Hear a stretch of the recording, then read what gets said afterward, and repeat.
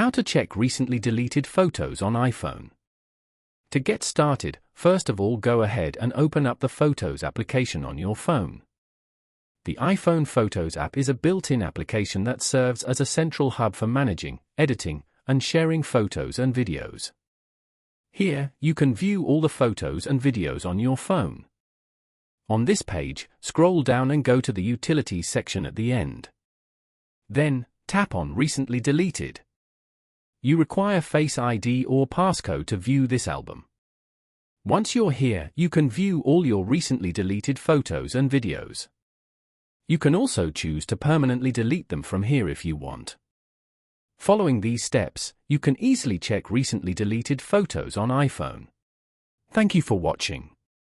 Please leave a like if this tutorial helped you, or leave a comment below if you have any questions related to the video.